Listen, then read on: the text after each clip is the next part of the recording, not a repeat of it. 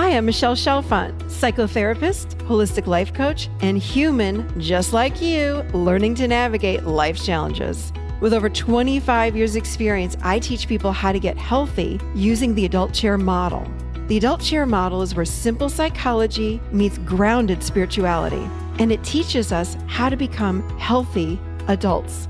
From anxiety and depression to codependency and relationship issues, you can use the adult chair for just about anything.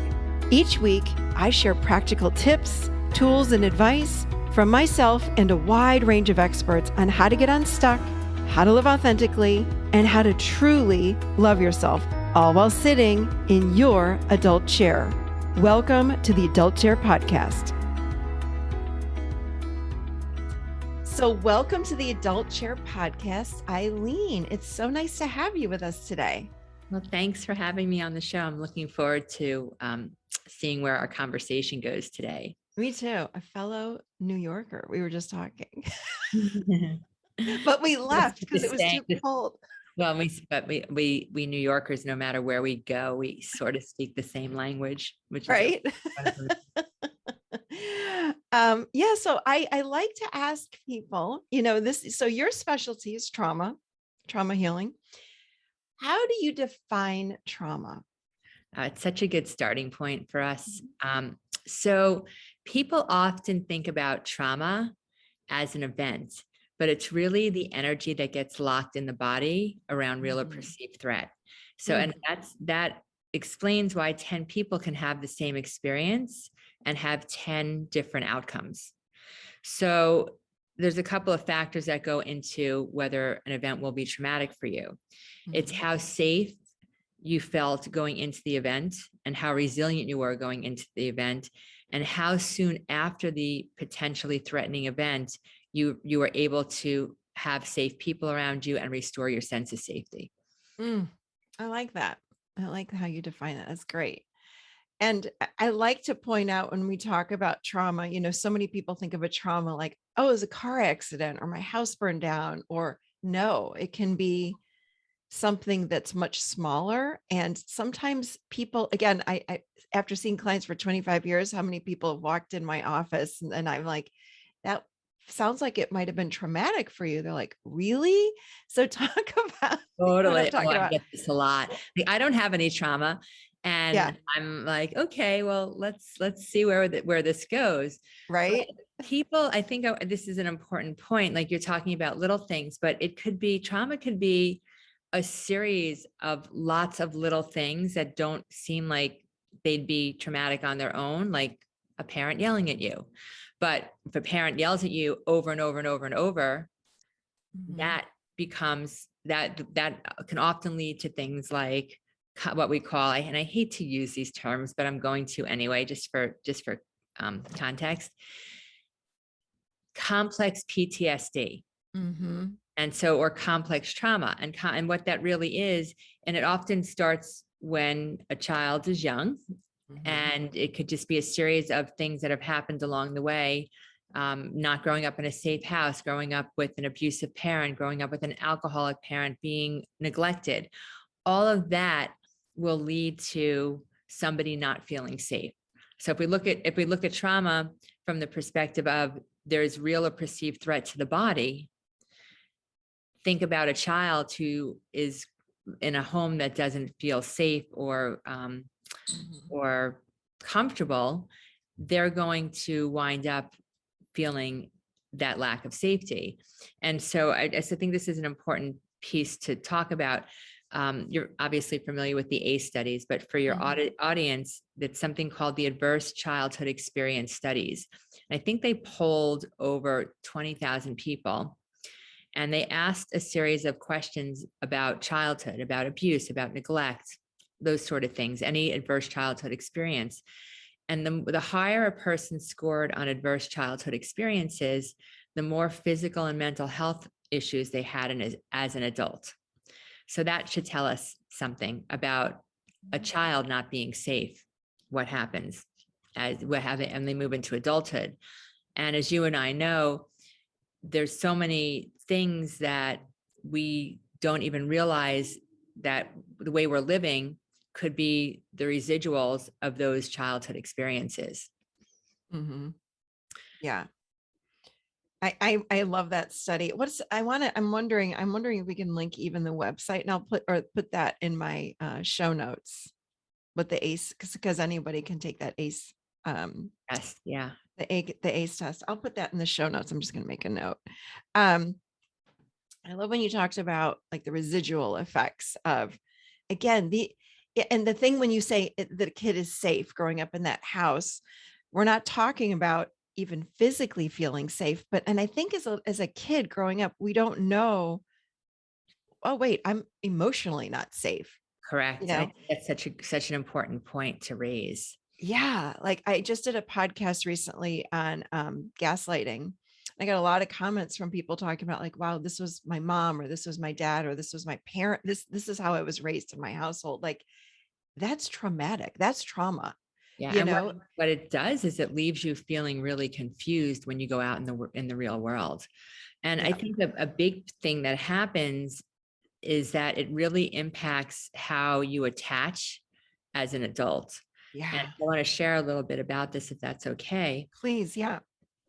So if you're a child and you're growing up in a house where, we'll just use the example of an alcoholic parent, and the parent comes home after a long day and is abusive, um, a child is going to do everything they possibly can do to not be autonomous to themselves in order to feel safe with the adult.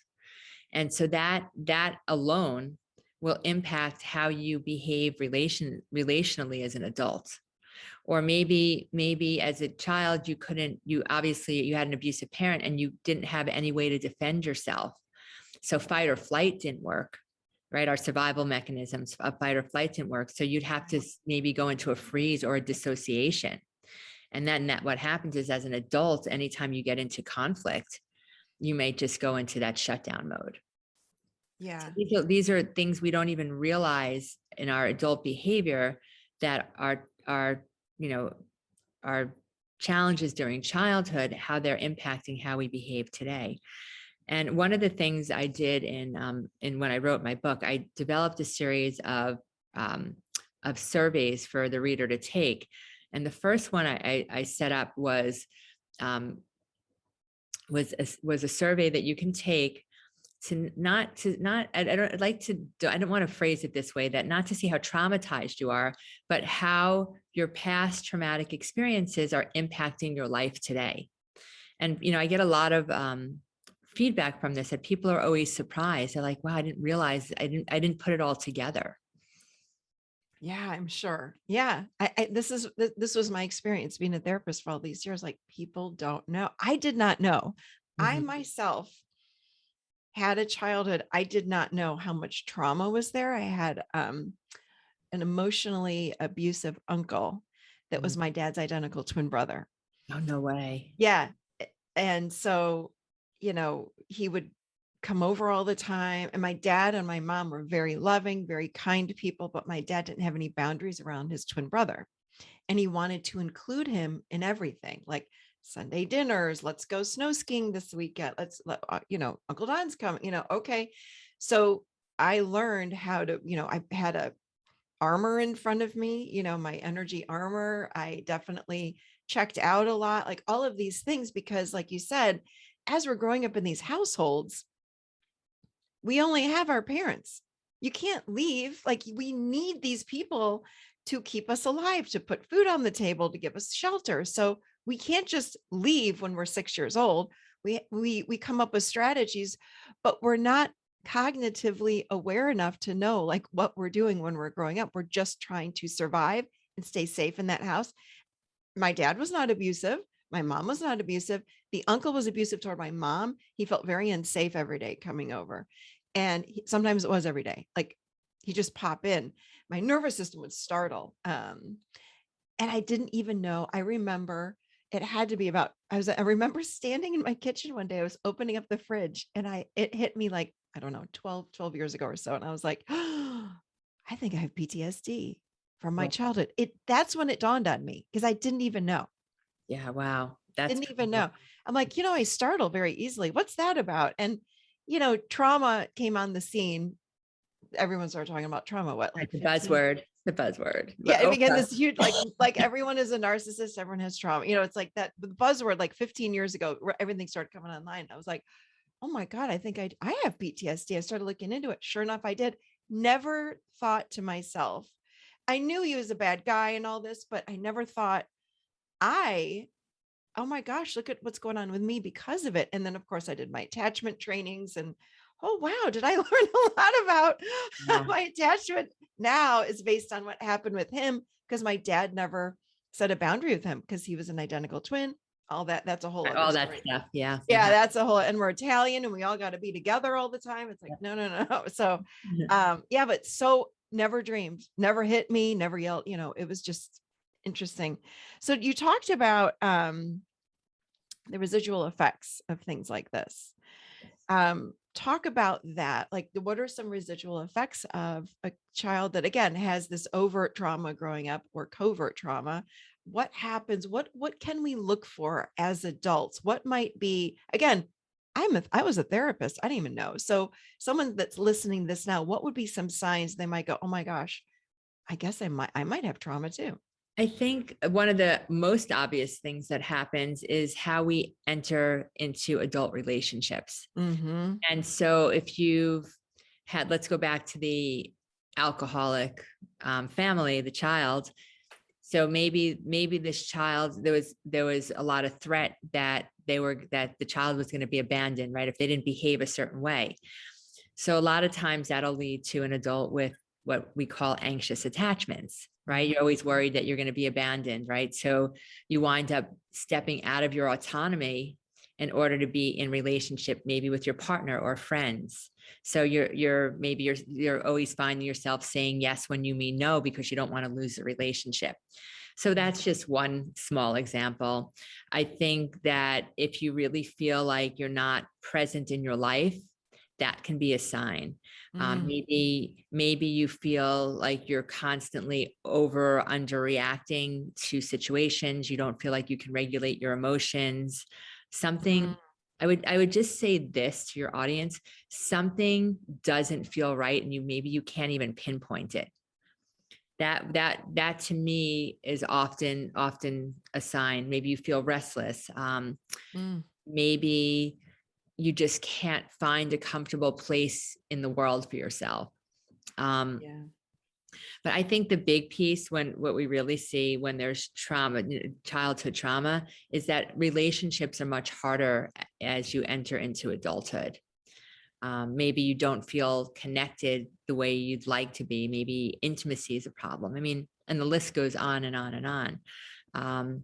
But I think the big thing is that relationships give us one or two things. They either re-traumatize us, so right, we either re-enter into the patterns that we're used to, even though they may not be satisfactory or feel healthy, or we find a relationship where we can actually do some healing. Maybe the other person has done some work. So it really depends. But for sure, if I would say this to your audience, if you're in a relationship where there's poor communication, you're really struggling, it may not be where you're supposed to be, because you need two people to try to heal it. Yeah, because if you have a willing participant that you're in a relationship with, you can do amazing work with them as far as building secure attachment with that person. But they have to be a willing participant, like you said, that's done their work. And if they haven't done their work, they're willing to start to do their work, right? Yeah. But Yeah. you need two people to walk that journey in a relationship. If not, I mean, that work is still work that you can do individually on your own, whatever it is you need to do to heal. I mean, there's so much out there for healing today, so many possibilities.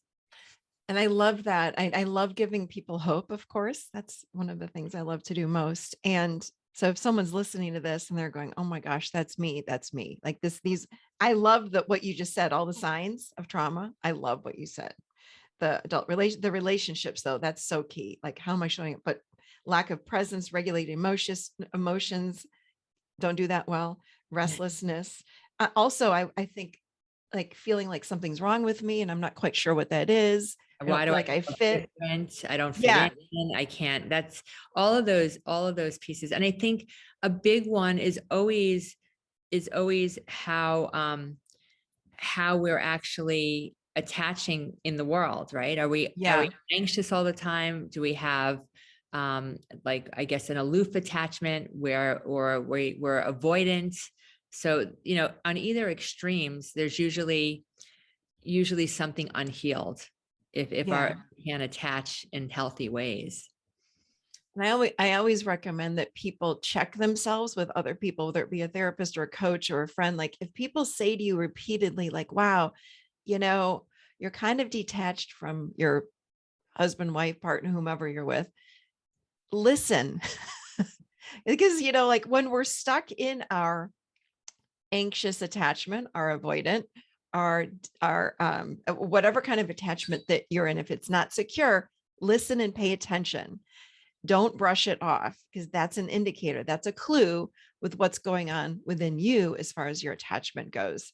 Um, Pay attention. I want to talk to you about healing, but I first want to ask you a question about trauma bonding. Can you talk about that for a minute? What does that mean? Sure. So, such an interesting topic. It is, You know, isn't it? people bond over trauma, or if there's a, you know, if you have two unhealed people, they're going to bond over the unhealthy parts of themselves. So that would be the easiest ways to put it. So, you know, we talk about things like codependence, right? That's often a result of trauma bonding. Just trying to think off the top of my head, like some other things, but it's basically, and the easiest way to explain it is it's just really an unhealthy bond that's based off of unhealthy habits. Give like an example of what it would look like. Um, a trauma bonding situation. Well, let's say there's a friendship that um that maybe it only thrives in crisis. When there's no crisis, then there's no connection. So the Mhm. connectivity is only through something that's unhealed, right? So crisis, this person's there for you, it's always a crisis, and then there's no crisis and the connection is just completely disorganized. Mm. That would be the easiest way to put it. So a lot of times when there's trauma bonding, people create chaos to be in the relationship. I did that. You did. Yeah. And then we've all right in our unhealed pieces. That's we Oh do. my God. I remember when I first got married, I would say to my husband, so I came from emotional, you know, Italian, you know, everyone's up and down. Just that's how, an uncle was over. So there would be fights and then there would be calm. And then there'd be, like lots of intense, like, I love you. You know, I got all the I love yous and I hugs, but there was also the fighting because of the uncle. Chaos. So there's a Chaos. lot of just intensity. Plus I'm a Scorpio. So Oh, I me have very, too. oh, cool. Well, you know, being a Scorpio, like I just have very deep emotions and man, they're intense. So add that, it's like fuel to the fire. Um, so when I first got married to my husband, so my husband came from a background of like flatline emotions. Oh yeah. Oh, this Okay. must have been quite the perfect storm. Yeah, it was crazy. And I'd say to him, like, what is going on here? Like, why Why don't aren't you you have any reacting? emotions? Yeah. What do you, and I remember we went to being in, of course, I love to work on myself. So I'm always like, let's go to therapy. Come Yeah. on, let's go. He's been to more therapy. Anyway, he had this therapist said, which was a perfect way of explaining. I come into the relationship with a full box of Crayola crayons, like the big jumbo pack. Those are all my emotions. And I said, yeah. And Graham comes with like the little box of 4 crayons that you get in the restaurant when they put it on the table and you draw on the table, like 2 or 4 crayons. Yeah. Oh my God, that's And so I was like, I think there's something wrong with him because he's not emotional. She's like, no, he just has far less crayons than you. And I was like, oh, okay. But here's my question for you. Why would I be attracted to that? Is it just because it's like he was the calm, in my storm, because there would be unconsciously. And when we first got married 25 years ago, I remember saying, oh, there'd be drama and chaos. And then of course, as I went through my own healing journey, it leveled out. But was I just looking for that calm? Is that why I would be I mean, attracted to that? it could be, right. It's always multifaceted, right? What attracts us to somebody else. But my guess is, to some degree, initially that felt really safe to you, Yeah. until your nervous system said, wait a minute, where's all the chaos? I mean, this isn't normal. This isn't right. So you probably had the pendulum of like, oh, calm, calm, calm, but the swing back the other way, your nervous system's like, what the hell are you Oh doing yeah. here? It was so boring. I'm like, this is so boring. Like Boring. every day we come home. I need to create some chaos because I don't feel right without the chaos. Exactly. Yeah, that's Come what home our from work. bodies are so smart, right? They just Yeah, totally. Well, I think I do a lot of parts work in the adult chair. And certainly there was a part of me that was like, oh, thank God. It's calm. We like him. And then another part of me was like, well, my nervous system certainly was not ready for calm. Like it was like, I don't know how to do calm. We're going to create chaos over here. So let's go into, I'd love to give our listeners, what are some steps? And I think everybody should buy your book for sure. well, thank you. I think so too. But I like to give people hope and ideas for today, like right now. What can people do right now if they're listening again and they're going, oh my God, where do I even begin? Other than looking at my relationship, you gave these great signs. What are some tips for healing this? Like, we need to give hope. I'm always about hope. And it's so I love that you do this, because I think there's a very simple step that is simple, and yet people make it more complicated. And it's called observation. Mm-hmm. So if we can observe, that means we are present. If we're present, we can slow things down and not be in our survival physiology and react with the survival mechanisms that we normally use. So what I like to do and invite my clients to do when we start this process is start a different dialogue with yourself. So the dialogue isn't about the reactivity piece of, but it's about observing your reactivity. So it's saying, I notice that when my partner says that, I want to rip his head off. I notice that I feel like I'm crawling out of my skin. I notice that I don't feel like I can sit still. So it's really being your own observer, which is going to help bring you more presence. And to me, that's a step that if we can't get to observation, it's really hard to get to any of the other work. Yeah. So I love that. Yeah, thank you. And Yeah, it really helps slow things down. It also helps with your communication. So think about talking to your partner, and rather basically, spewing at your partner, think about what it would sound like saying, I notice that I feel really uncomfortable when you say that, versus getting into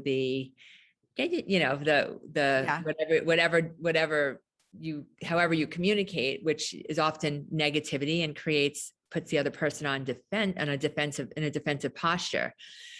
So I think this is the biggest and most important step one in starting to heal, especially relationally, because what you're also doing is you're creating a bigger vocabulary, and actually more of a somatic vocabulary, because you're talking about, you're growing your own experience. And when we get into reactivity, we don't get into our experience. And in order to move past something, we have to move through it. So the idea of observation is to actually be able to invite yourself into your experience and actually feel every emotion has a sensation. So being able to feel that sensory experience. And that's how we expand our somatic vocabulary and become more embodied creatures. I love what you just said. Thank you. That you don't ask me to repeat it. No, I'm trying to remember. Hold on. You said you invite yourself into your experience. I'm like, ooh, I wanted to pause and let that settle. I hope everyone can let that hit them. A lot of you used a lot of the language that we use in the adult chair. What I say all the time is, and again, the adult chair is just living in the healthiest version of yourself as adults, right? So the thing that I say that's most important is number one, it's awareness. So someone that's listening today is having the awareness like, wow, this is me. Something that we do in the adult when we're healthy is we observe our experience. And then we have choices. We make choices. We slow down. These are all things we do in the adult. So I Oh, love that. that's But I great. like that you said, I love that you said, we invite ourselves into our experience.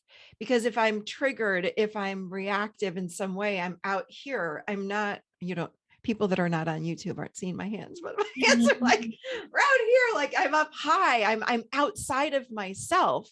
So invite yourself in and back, put your feet on the floor. This another term I use all the time in the adult chair is instead of living chin up, live chin down. Bring your attention and your awareness down into the body, Yeah. because the healing journey is about the body. It's not about living chin up and analyzing in the mind. You're not going to heal this analyzing in the mind. You can't. You You can't. You have to bring it down in the body. So I love that you opened this door about somatic healing, and I know you're very big into this. And Yeah, love Peter Levine. yeah, I mean, that's where I'm trained. I wanted to just, I don't want to forget to bring this point up. Yeah. So the reason why we have such a hard time observing and why we get into this reactivity is because we're often reacting as though we're in danger. And because we actually believe, like when we're in this present situation, we actually believe we're somewhere back in that trauma vortex that we were living in. And because trauma has no sense of space or time, your body actually feels the threat as though it happened that way back. So the piece of observation is to help you move out of that trauma vortex and more into that healing vortex. So I just wanted to share that. And what happens is then we can file the trauma memories where they belong in the past and move forward in our lives. And the nervous system gets programmed from the past, and we can't heal this until we bring it into the moment and we start to really work with that nervous system and attach in a healthy way and all that. And this is about nervous system regulation. That's all about it. Yeah, for sure. You have to have that with trauma. You can't just sit and do talk therapy. Sorry, you just can't. Not enough. It's not enough. Like, it's helpful. It's helpful to feel heard and seen, but you've got to do more. So can you give us anything at all as far as what we can do somatically, using the body? Again, someone that's listening to this right now, like, what can they start doing right now? What would be beneficial for them? There's something that's so easy. Get up and start dancing. Dance around your living room, dance around your house, put some music on and start just feeling into your body that way. It's like, it's not more complicated. That become more embodied. Take a foam roller, get on the foam roller every day. Go out for a meditative walk where you can really feel your feet on the ground. I mean, there's so many very basic things that we can do that instead of moving into maladaptive behaviors to manage and regulate ourselves. Because I think when we feel uncomfortable, it's really easy to go for the food or go for the alcohol or whatever it is. Netflix, shopping online. I mean, we can go to the list of what we use as distractions. Yeah. So when you think about going towards a distraction, think about what it might be like to get into your body in a safe way. Yeah. That's really the big piece, and how everyone does it differently. So I bring up the dancing, maybe it's breath work, maybe it's a walk. I mean, it could be drinking hot tea, something that you can feel your body. But get in your body. Yeah. Like, really feel what's going on and insert a pause. Like, when you feel that desire to stand up and I'm going to go get some ice cream, I'm going to go eat the chocolate cake, or I'm going to go eat the brown, or whatever it is. Pause, just insert a little pause and go, wait, hold on. What does my body want me to do right now? Instead of what is my brain telling me to do? Because that's an old pattern. What does my body need, or what does my body want to do? And maybe take that walk, go walk up and down your driveway for 5 minutes and see how you feel after that. But notice as you're walking, do a mindful walk where you're noticing your feet on the ground, where you're listening for the birds outside, where you're noticing the temperature on your skin. Like, really get into the body and do some slowing down of the breath. And perhaps then you won't want the food or the Netflix or whatever the heck it is, because those are automatic responses and unconscious responses just to try to tame our nervous system that's really on, what I call a hot nervous system, or one that's being dysregulated, I guess, in that moment. Do you have anything you want to add though to that?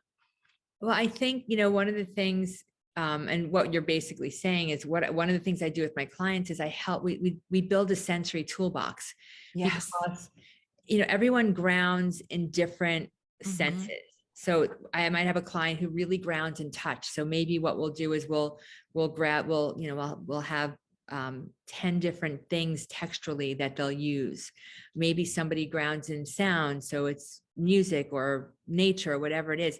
So you have to really find, I always tell my clients, like, figure out what your dominant sense is. Yeah. And move towards things that will help you immerse yourself in that sense. Yeah.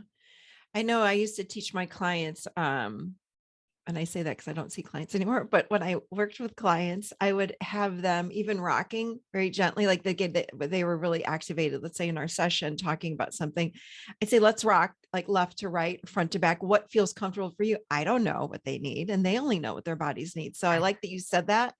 No two humans will like the same exact thing for their nervous system. I mean, it may happen, but I know with my clients, like I go, hey, let's rock really slowly. And they go, that's getting worse. Let's go faster. And they go, oh, I really like that. And they're like moving really fast. I'm like, I don't know what's going on, but I feel so much more relaxed. I'm like, there you go. Like, we don't know, but try everything and find your thing. I love having a toolbox so that then when you feel like, oh my gosh, I'm triggered, I feel activated, you can reach right into the toolbox and you know what you need. You know what you need in that moment. So it's so cool. Awesome. Anything else you want to share about this? This is so good.